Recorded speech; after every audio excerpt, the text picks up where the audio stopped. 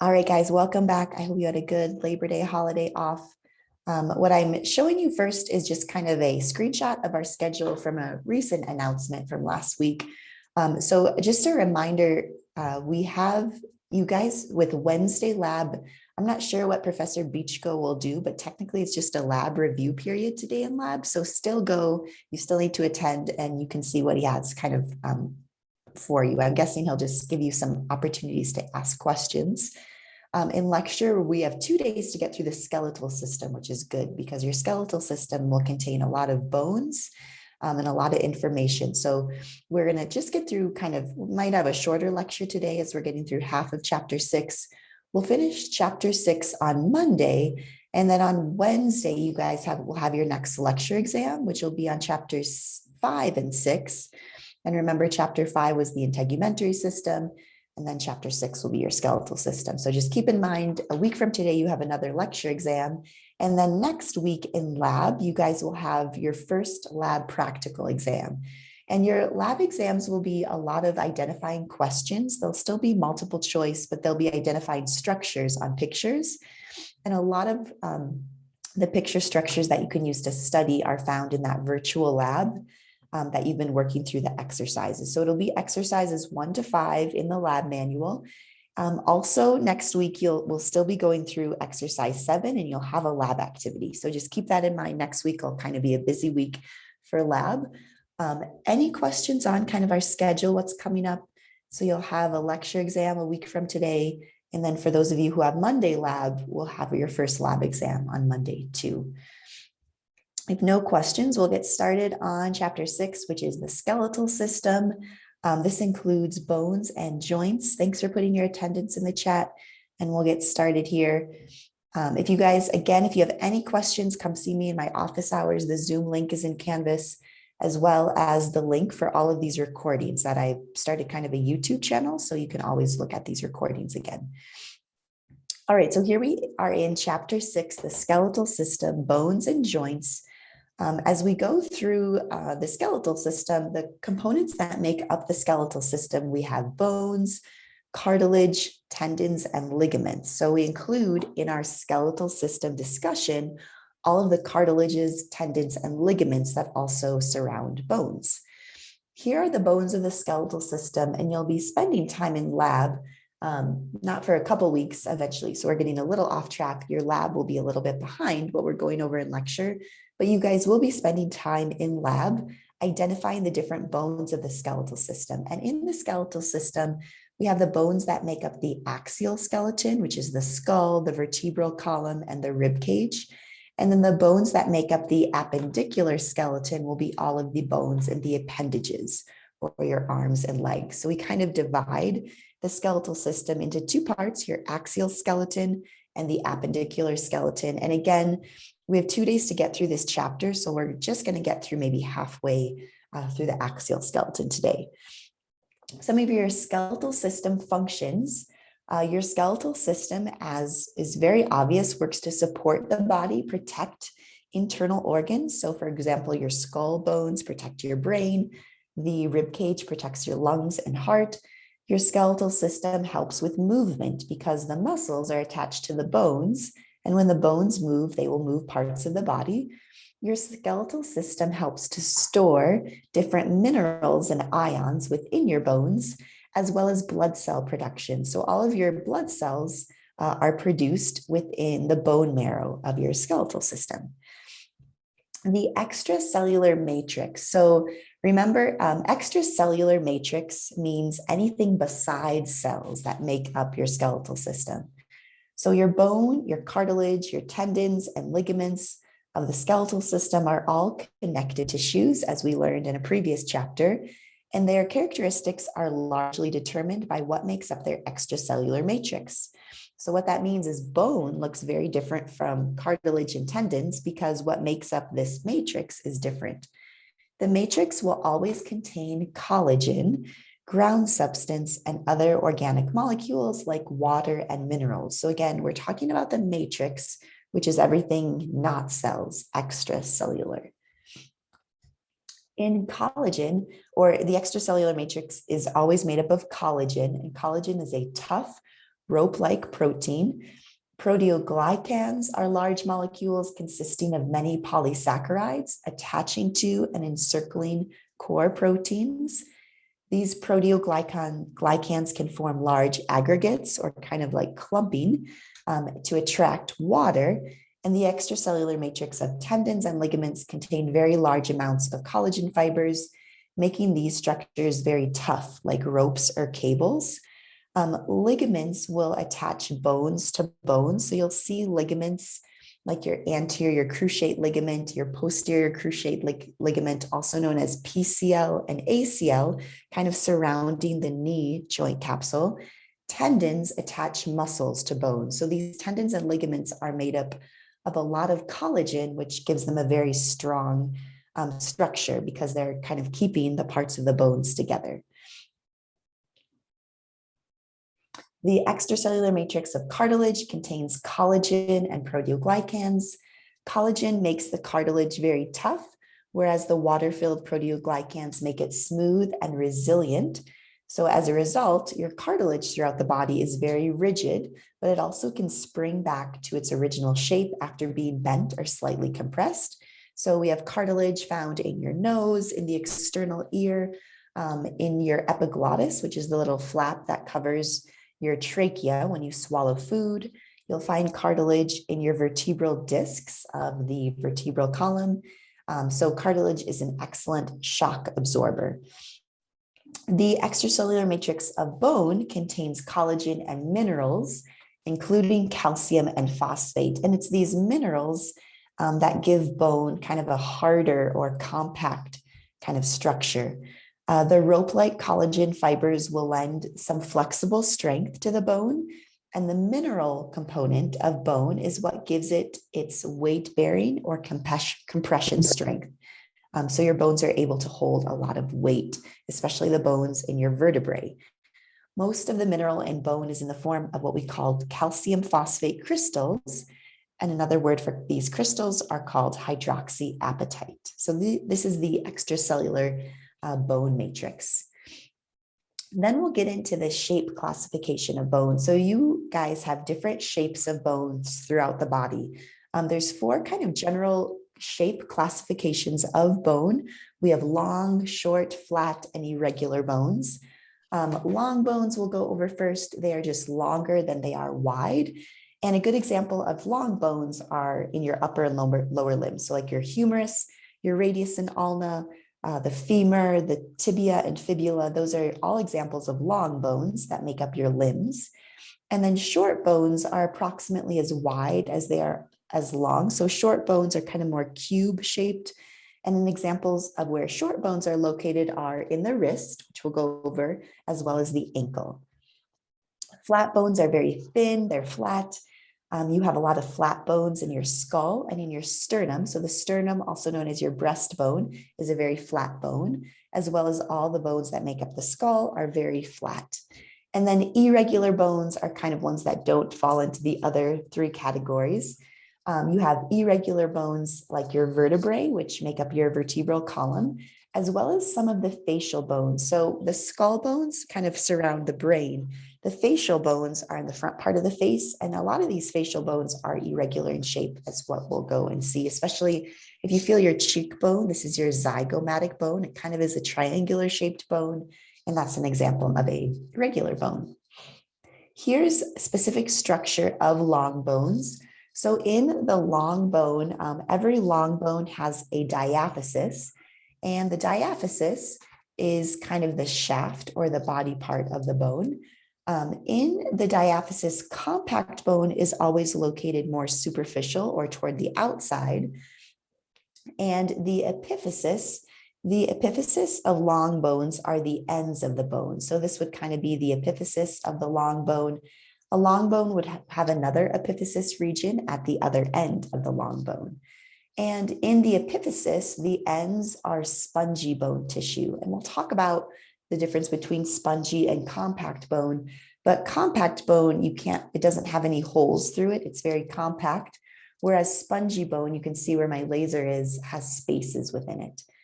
Also, a part of the long bone structure, we have articular cartilage.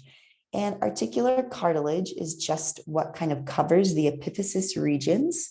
And articular cartilage will just help to reduce friction. So for example, we're looking at probably a femur or a humerus, and it's covered with articular cartilage at one end of the epiphysis.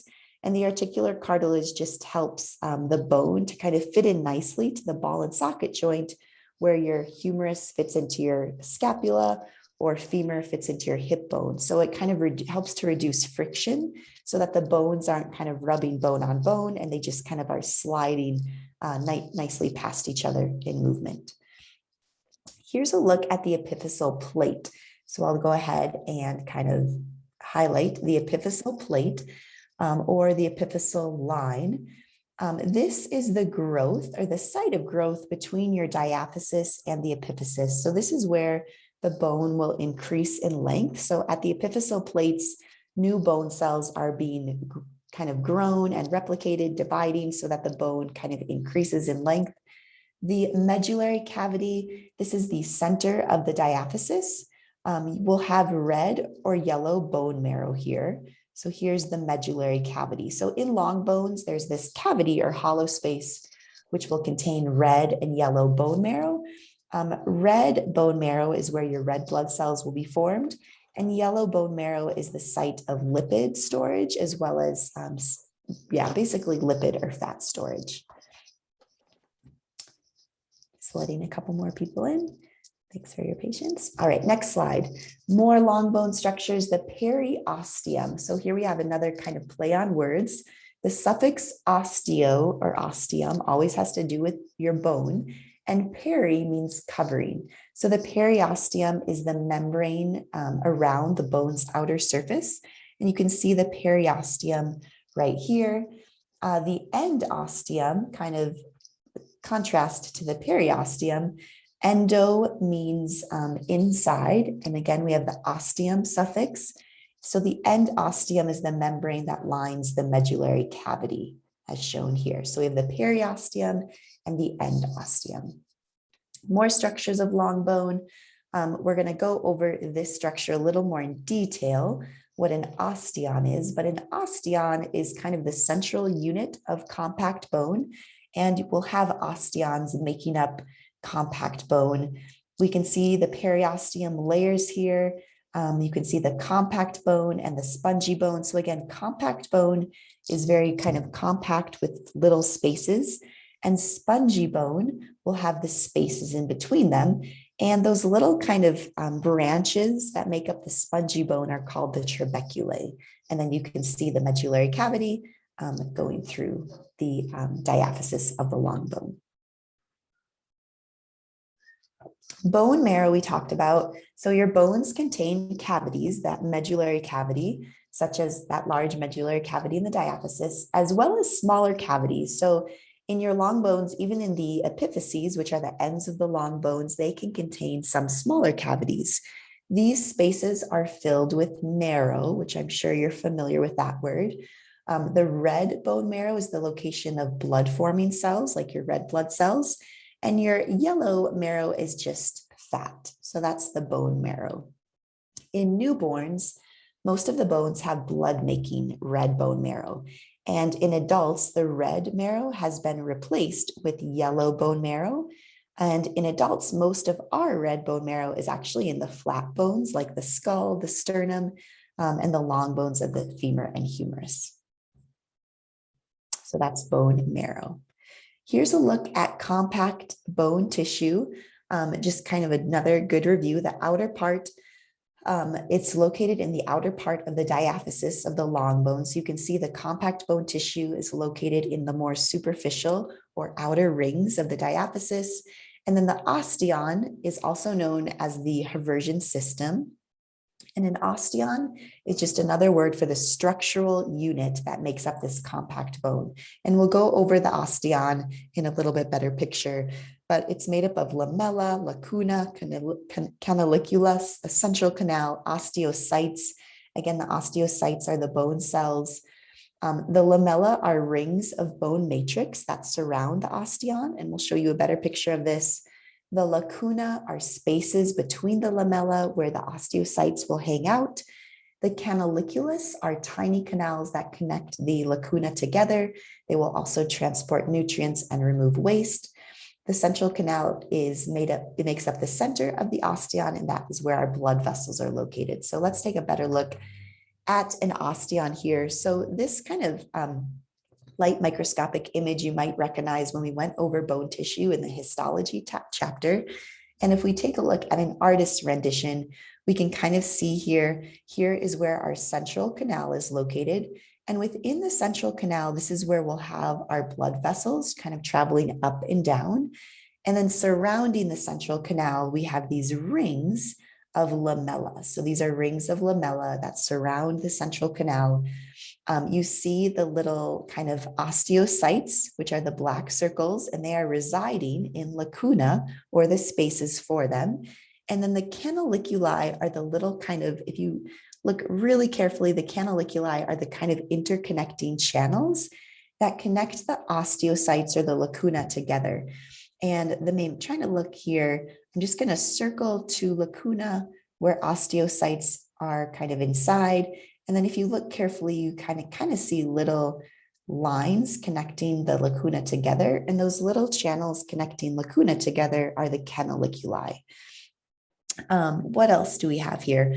Here is a blood vessel connecting a central canal between osteons. So I'm just going to draw, this is a central canal with the blood vessel traveling up and down within it. And here's another osteon central canal. So we have kind of all of these groups of osteons throughout the compact bone, and they're all arranged to have one central canal. This blood vessel that's running perpendicular to those central canals just connect the central canals together. So this is a structure of the bone tissue, specifically looking at the osteon.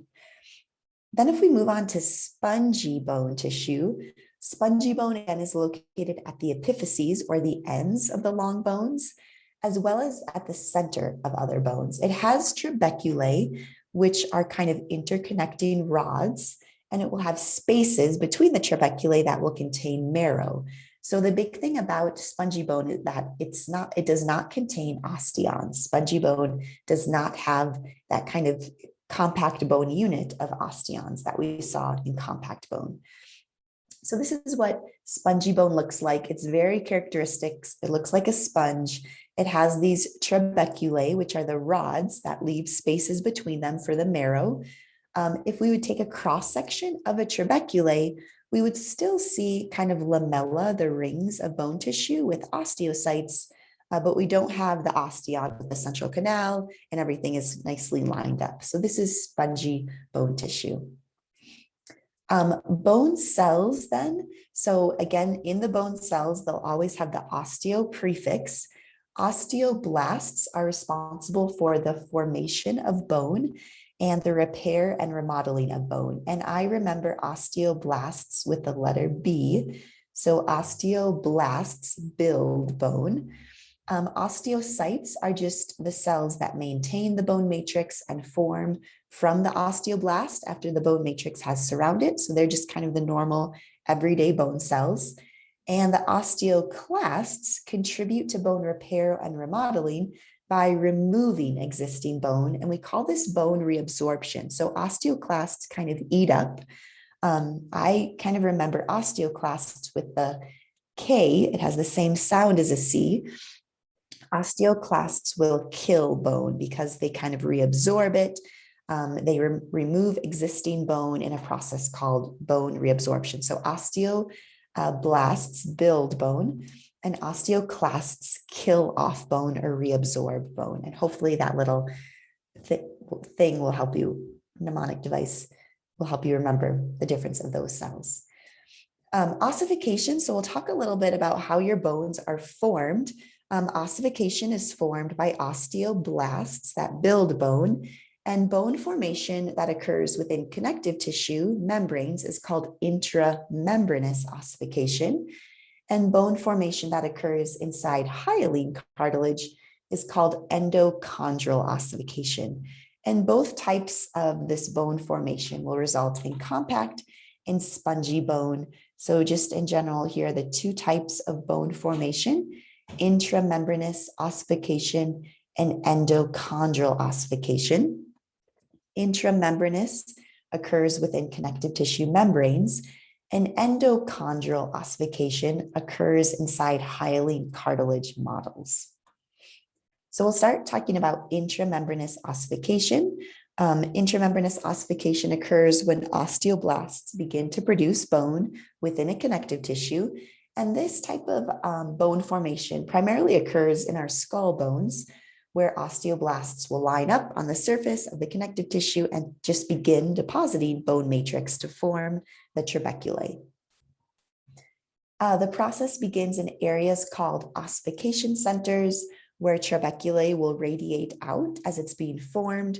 Usually 2 or more ossification centers exist in each flat skull bone, and mature skull bones result when they fuse these centers as they enlarge.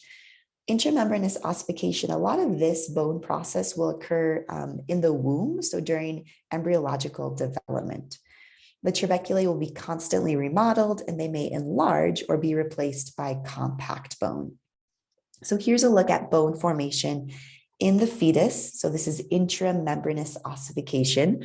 And here we have ossification centers kind of in various parts of the skull and in various parts of the bone, and they will kind of produce bone that will radiate out and eventually kind of connect or fuse with bones that are surrounding it. In the fetus, for example, this intramembranous ossification formation of the skull bone, because it's radiating out and kind of reaching out to touch the other bones, this is what will leave kind of what we call the soft spots. So the areas before the bones are fused together in the fetus skull will leave an area called a fontanelle or a soft spot or just tissue. This is very important in a fetus to have soft spots so that when the baby is born, the skull can squeeze out through the birth canal and the bones will fuse on in the first 12 months of life. Endochondral ossification is a little more common in the other parts of the body that is not the skull. Endochondral ossification, the big thing to remember is that it just starts or begins with a cartilage model. So very simply put, endochondral ossification, we start with cartilage and we end, that's eventually replaced with bone. We start with a primary ossification center, which is the bone formation in the diaphysis of the long bone. The secondary ossification center is the bone formation in the epiphysis or the ends of the bone. And these are the steps in endochondral ossification. We start with chondroblasts, which are cartilage cells, and they will build a cartilage model. The chondroblasts become chondrocytes or the mature cartilage cells. The cartilage eventually calcifies or hardens. And then osteoblasts, which are again our bone builder cells, they will then kind of invade or take over this calcified cartilage, and a primary ossification center will form. Secondary ossification centers forms, and then the original cartilage model is almost completely ossified or just taken over by these bone cells. And then the remaining cartilage that's left over will become that articular cartilage. And remember, the articular cartilage is what was kind of covering the ends of the epiphysis. So this is a look at endochondral ossification of a long bone. So here, kind of number one, this is a completely cartilage model. And eventually, kind of the chondrocytes will enlarge, cartilage will become calcified or it will harden, and the pericardium or perichondrium of the diaphysis becomes the periosteum, which is just the covering of the bone. And here we kind of just have osteoblasts invading as bone tissue forms, or it becomes calcified and ossified. And eventually that bone tissue kind of spreads out into both directions of the long bone. So bone cells kind of take over the cartilage, and the bone kind of matrix replaces the cartilage matrix. And the only place where cartilage will kind of remain is on the ends of the long bones in what we call that articular cartilage. Bone growth and width. So what we just talked about is the bone growing in length. For bone growth to occur in width, bone growth occurs by the deposition of new bone lamella And again, the lamellae were the rings of bone tissue.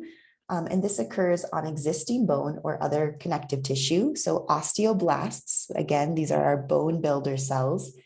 They will deposit new bone matrix on the surface of bones between the periosteum and the existing bone matrix so that the bone will increase in width or diameter.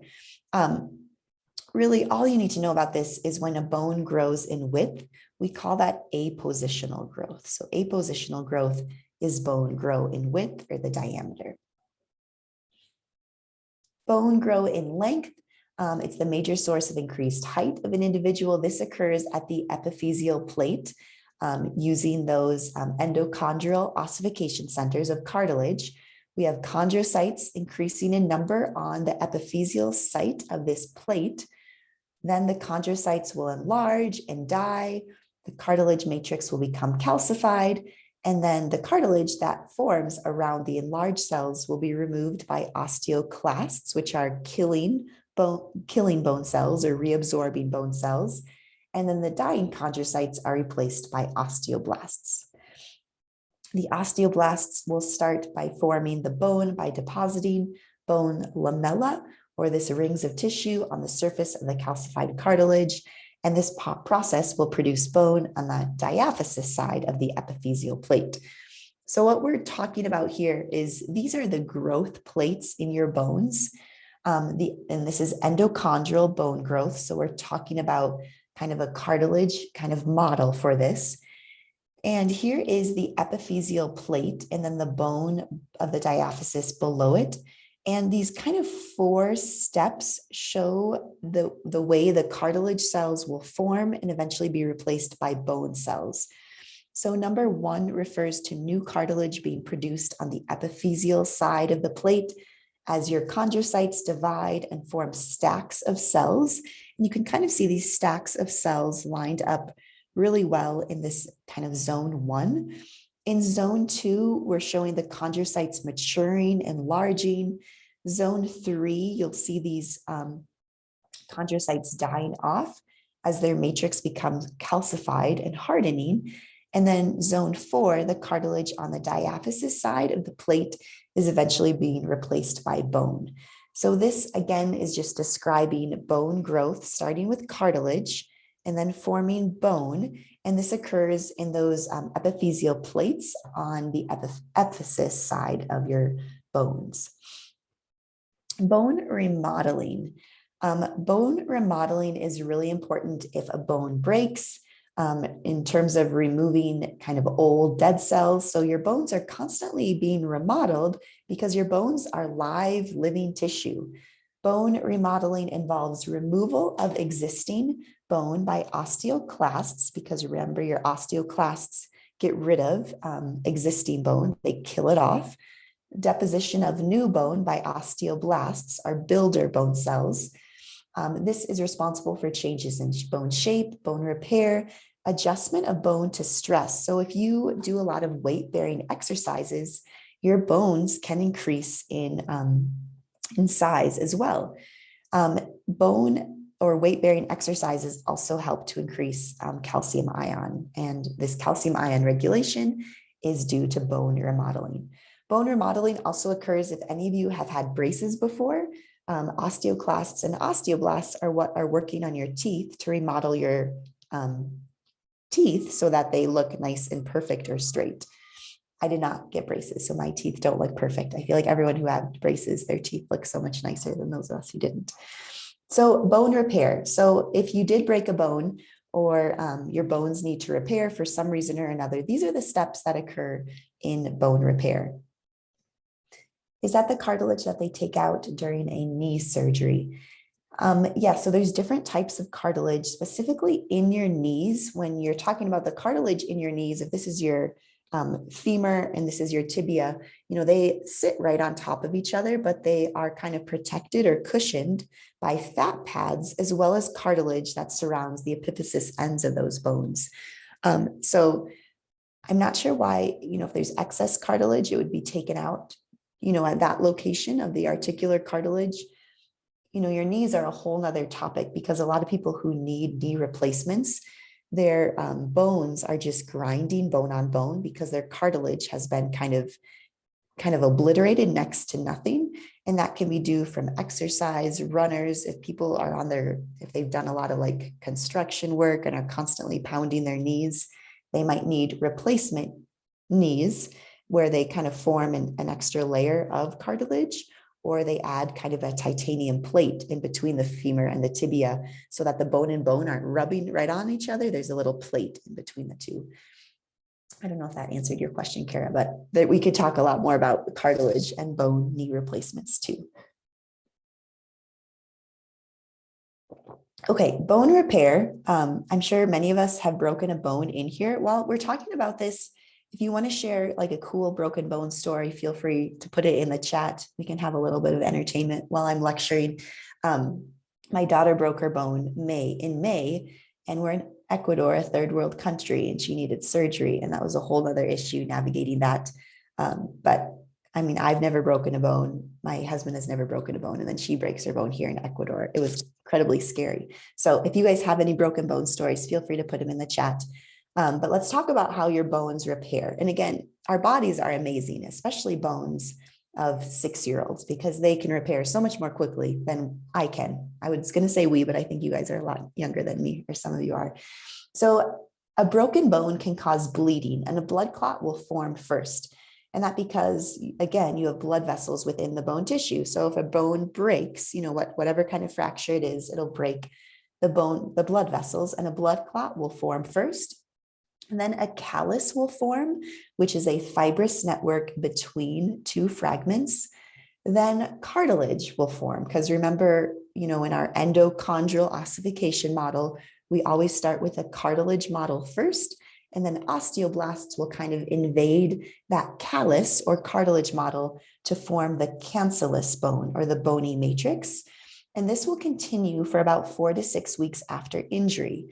And that's a scientifically proven amount of time it takes for your bones to heal. So that's why if anyone breaks a bone, it's always, 6 weeks in a cast, maybe 8 weeks, maybe 4 weeks, but this kind of 4 to 6 weeks is scientifically proven. That's how long the bone tissue takes to reform.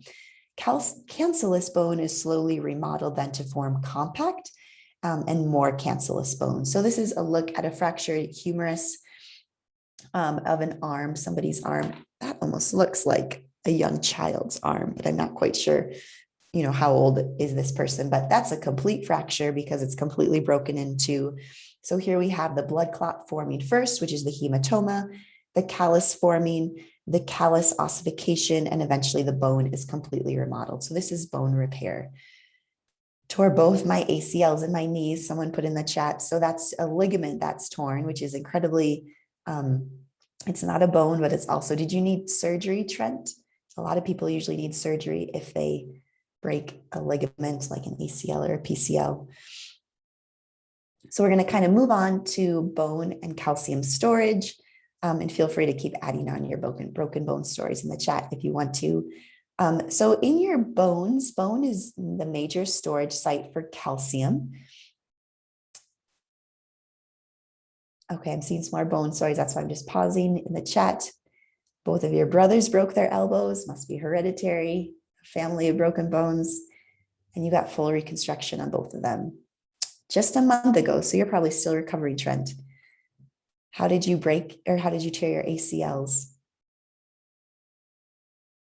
Good question. So a question in the chat is, does the bone reform process differ in different types of breaks, like complete, oblique, or green stick? So I don't know if you're an EMT, Matt, if you've learned those different. So there's different types of bone fractures, whether they're complete break or like a kind of a borderline fracture break. The general process is the same. In terms of like a complete bone break, usually surgery and inserting a pin to kind of help keep the bones together to kind of quicken up the bone remodeling process might occur.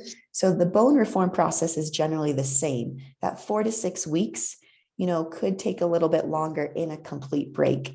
If you think about years ago when, we didn't have surgery inserting pins, when people broke a complete bone, they would just kind of probably have a kink in their arm the rest of their lives. and they might not ever completely repair. But usually a pin will help kind of keep the bones together to help increase the healing time. Okay, Trent, you got to be careful. Football and then just wrestling a friend for fun. Okay, bummer. I hope it heals quickly. That's no fun, but I hope it does heal quickly. So moving on, and again, I told you we're not going to spend the whole time on this chapter. Let me just take a look. Maybe we'll get through a couple more slides here, and then we'll let you go. So we'll kind of finish the rest of this chapter on Monday. So your bone is where calcium is stored in the body. The movement of calcium in and out of the bones helps to determine blood levels of calcium. Calcium moves into the bone as osteoclasts build new bone, and calcium can move out of the bone as osteoclasts break it down and kind of release the calcium into the blood tissue surrounding it. And we have different hormones that maintain this calcium homeostasis or blood levels. The two hormones that help to maintain kind of blood and bone levels of calcium are parathyroid hormone and calcitonin. So calcium homeostasis, we're going to kind of show kind of two kind of directions of how we maintain blood calcium homeostasis. If we have a decreased blood calcium level in the body, this will tell the parathyroid glands to release parathyroid hormone, which is PTH. PTH will stimulate your osteoclasts to kind of kill bone or break it down and promote calcium uptake from the bone so that we release more calcium into the blood. What parathyroid hormone also does is it acts on your kidneys to release vitamin D into your intestines to kind of release calcium uptake from your intestines into the blood as well. So again, if we have a decreased blood calcium levels in the blood, parathyroid hormone will try to increase, and I'm just going to put an up arrow of calcium in your blood to try to increase that. And it does that by taking calcium out of your bone by osteoclasts and putting calcium in the blood. And this is important to have kind of a homeostatic balance of calcium in your blood, because calcium is an important ion that's used for other important physiological processes in your body, like muscle contraction. So we always need like a normal level of calcium in your blood, and calcium comes from the bones when it needs to. Calcitonin does the opposite. So if we have too much calcium in your blood, what calcitonin does is it just inhibits the osteoclasts. And to help you remember, calcitonin will tone down blood calcium levels. So calcitonin then works to decrease calcium levels in the blood. And it does that just by inhibiting the osteoclast activity so that your osteoclasts normally put excess calcium into the blood, and calcitonin will tone down or decrease blood calcium levels. Reading another broken bone story. Oh, I'm so sorry to hear that, Christine. That sounds like a bad accident. Pelvis broken in 4 places, labrums torn in both hips, and you had them repaired he had them repaired in February. Oh, I'm so sorry to hear that. I hope he recovers completely as well.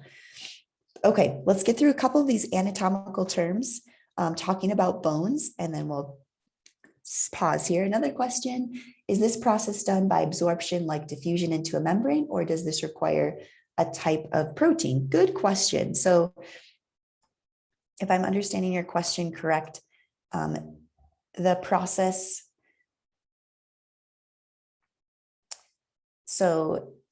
done by absorption like diffusion into a membrane, like the process, I'm getting a lot of questions. This is great. So the process of osteoclast, what osteoclast is kind of a big cell that eats up tissue. So what osteoclasts will specifically do is they will kind of kill off bone. So they will kind of reabsorb bone.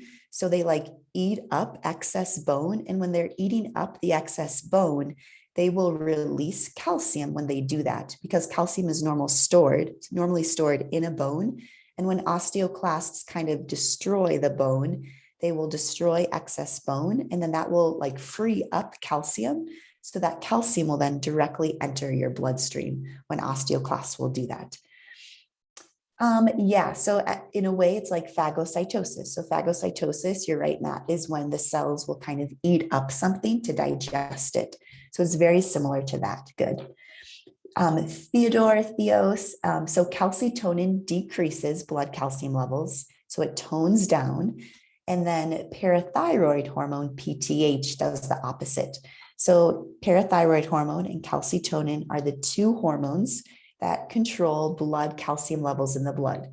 Parathyroid hormone increases blood calcium levels, and it does that by telling your osteoclasts to eat up bone and release the calcium into the blood. And calcitonin decreases blood calcium levels, and it does that just by telling your osteoclasts, hey, stop working, don't eat any more bone up.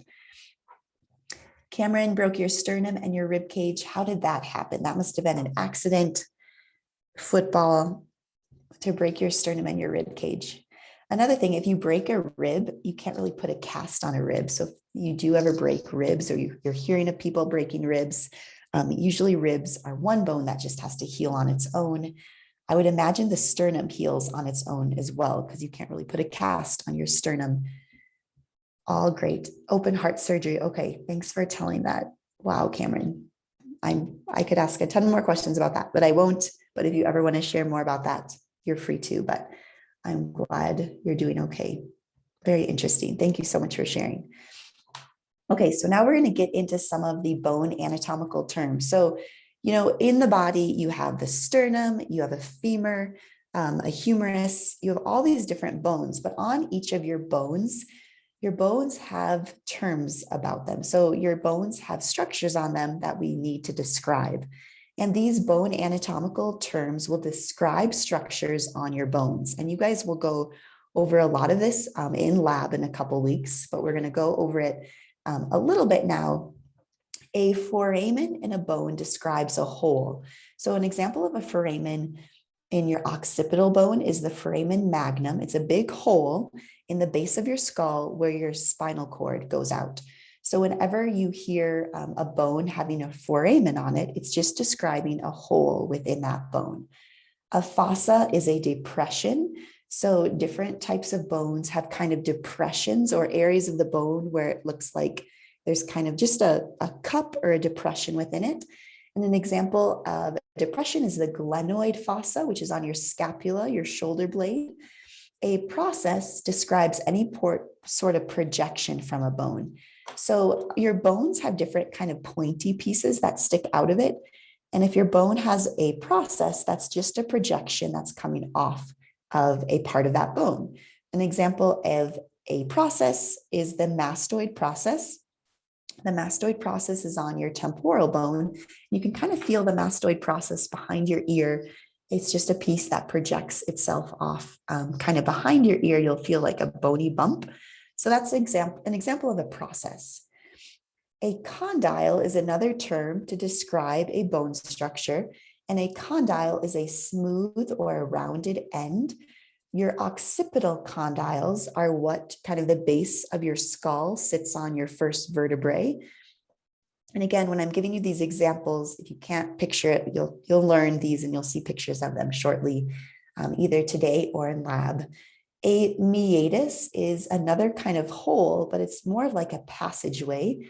And a meatus that you guys have is your external auditory meatus. The external auditory meatus is your ear canal. So I'm going to take off maybe this one. It's where you would kind of put a Q-tip. You're not supposed to put Q-tips in your ear, but a Q-tip goes into the external auditory meatus in the external ear. And then a tubercle is any bump or lump on a bone. So for example, your humerus has a greater tubercle, which is just a bump on the humerus bone. So what we're describing in these last two slides are just features of bones that have their own kind of anatomical terminology. All right, we'll get through a little bit of axial skeleton and then I'll pause. Your axial skeleton is composed of your skull, the vertebral column, and the thoracic cage. Your skull itself has 22 bones. And I'm going to tell you right now, everyone loves to study the skull, being a little sarcastic there because your skull has a lot of different bones in it. The skull, those 22 bones are divided into those of the brain case, which cover the brain, and of those of the face. The brain case around the cranial cavity consists of 8 bones to protect the brain, and the bony structure of the face has 14 facial bones. 13 of the facial bones are solidly connected to form the bulk of the face, and the only facial bone that is not connective, it's freely movable, is your mandible. This is your jawbone, and it's the only facial bone, really the only bone of the skull that is movable. It still connects to the rest of the skull, but it's the one that is able to move for a good reason. Your mandible helps you chew. There are also 3 auditory ossicles in each middle ear, and these auditory ossicles, these are teeny tiny bones that are formed in the inner ear, and we'll probably go over those bones when we get to the special senses of the ear. So here are the cranial bones. The frontal bone forms the anterior part of the cranium where your forehead is. The parietal bones form the sides of the cranium. The occipital bone forms the posterior and floor of the cranium. And then the temporal bones are inferior to the parietal, and they will form the bone around the ear, and they will form the temporal mandibular joint, or the joint between your mandible and the temporal bone. So I'll kind of describe them, and then we'll look at pictures, and then we'll just get through the skull. The sphenoid bone forms a part of the cranium floor, the lateral posterior portions of your eye orbit. It has what we call the sella turcica in it. And the sella turcica is what will have your pituitary gland inside. The ethmoid bone sits right behind your nose, kind of between your eyes, and it will have nasal concha to it. And we'll talk about what those are. The maxilla forms the upper jaw. So I'm just going to point on myself, but your maxilla forms around your nose and the upper jaw. So this is your maxilla. It has a maxillary sinus, which is just a space in it. The palatine bone helps to form a part of your hard palate, which is the roof of your mouth and parts of the lateral wall nasal cavity. The zygomatic bones are your cheekbones. So if you feel right here, kind of on the lateral side of your cheek, they also form the floor and lateral wall of the eye orbit. Those are your zygomatic bones.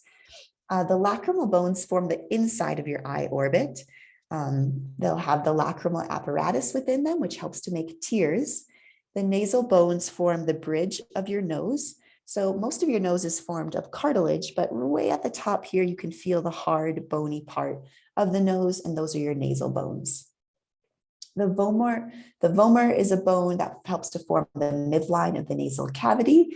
It'll help to form what we call the nasal septum or the wall. The inferior nasal concha are lateral walls of your nasal cavity, and then the mandible is your lower jawbone. And let's start to take a look at some pictures instead of me talking. So here is a look at the skull. For lecture, you might have some identifying skull questions, but for sure in lab, you'll be practicing a lot identifying the different bones of the skull. You can see the frontal bone, the parietal bone. You'll have 2 parietal bones, 2 temporal bones. The occipital bone is the bone in the posterior kind of floor of the cranium. Here's the mandible. The maxilla is the upper jawbone. Here's the zygomatic bone. And then on the inside or medial eye socket, you can see the ethmoid bone and the lacrimal bone with your nasal bone forming the bridge of the nose. Here's your sphenoid bone, the part of the sphenoid bone that can be seen from the surface. It's kind of where your temples are located. So in bold, we have your skull bones. And then the structures that are not in bold are just describing some of the anatomical terms that are on some of these bones. So again, spend some time learning these skull bones. Here's a better view of an anterior view of the skull. You can look within the nose here. You see kind of this nasal septum, which is a wall that goes down the middle of the nose. Within that nasal septum, the bottom half is made up of the vomer bone, and the top half is made up of a part of the ethmoid bone. And then on the lateral walls of your nose, you have what we call concha. And these concha are kind of lateral bony ridges on the kind of lateral sides of the nasal concha. And those bony ridges will help to circulate air as you breathe it in. Thanks for sharing, Cameron. Yeah, you know what? I'm probably going to lean on you when we get to the cardiovascular system, when we talk about heart valves, like the congenital heart defects, holes in the heart. You've had 5 open heart surgeries. If you're free to share, then when we get to the cardiovascular system, I will definitely ask you to share if you're comfortable, because you've been through a lot, and you should brag about it, because that is huge. Going through 5 open heart surgeries, living to tell about it, you'll be very beneficial to us. Okay, awesome, not awesome, but very interesting, Cameron. I'm going to ask you more questions about that. So spend some time studying the skull, studying the bones that surround the skull. Here's a look at the inside view. So, if we take kind of the top part of your skull off, and then we take your brain out and we look inside the skull, we can see a lot of structures and holes within the skull. We talked about the sphenoid bone, and the sphenoid bone is shown kind of in this light purple. The sphenoid bone kind of helps to make up the base of the skull. And I described to you the sella turcica, which is kind of this little depression where your pituitary gland will sit. We'll come back and talk about the pituitary gland. Here's the foramen magnum. Remember, the foramen is a hole, and this is the hole that your spinal cord will exit out of the brain. You can also see lots of other holes that have names to them. And traveling through these holes will be blood vessels or nerves going to and from the brain or coming off the spinal cord. So lots of fun things going on in the brain. Here's a look at an inferior look at the skull. So if we take a skull off someone's body and then look at it from the bottom, we can see what we call these occipital condyles, which I described. A condyle was a smooth, round portion. And these condyles are what the skull will sit on one of the top vertebrae. Here's what makes up the hard palate, the maxilla, the incisive foramen. Here's another kind of hole that's kind of right on the top part of your mouth behind your incisor teeth. You can see a base look at the sphenoid bone. So again, kind of spending some time, specifics, you guys don't need to know every single part of this. You'll be going over a lot of these structures in lab too. So you can spend a lot of time in lab practicing these. And then maybe we will pause there. So I'm going to go ahead and stop the recording.